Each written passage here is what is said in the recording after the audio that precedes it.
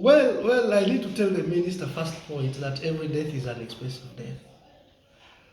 And while she thinks of malaria as the biggest problem in Uganda, we accept that.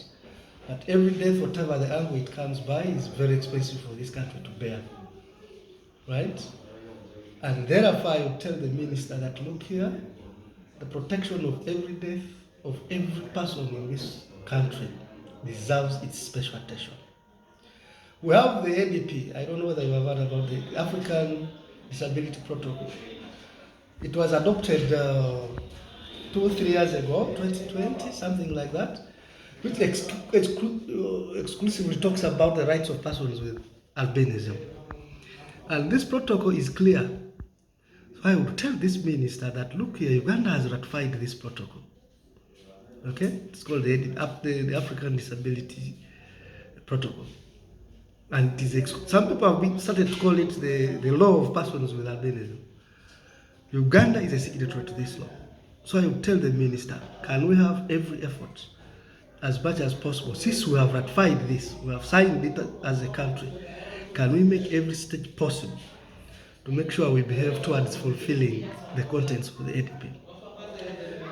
Okay, the contents of the ADP are clear, and it says we will have 0 deaths as persons with albinism as a result of not accessing services by persons with albinism.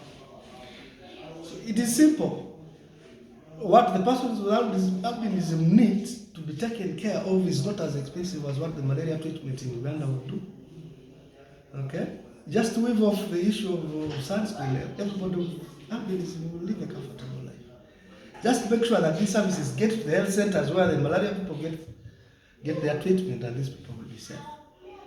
I think we have taken so many years as a country, as Africans, okay, downplaying, downlooking the persons with albinism, from being sacrificed, okay, for riches, from being sexually abused for purposes of diseases, I don't know, sleeping with them because we think they are a medicine for HIV and all these other negative things. So we cannot afford to go forward downlooking them simply because we cannot weave attacks on an ointment that treats the skin cancer.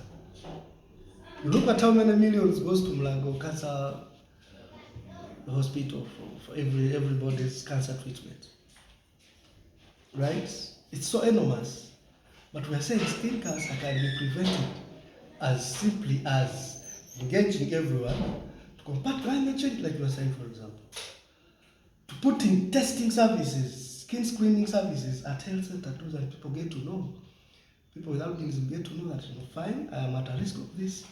I need to get sunscreen, I need to get protective gear.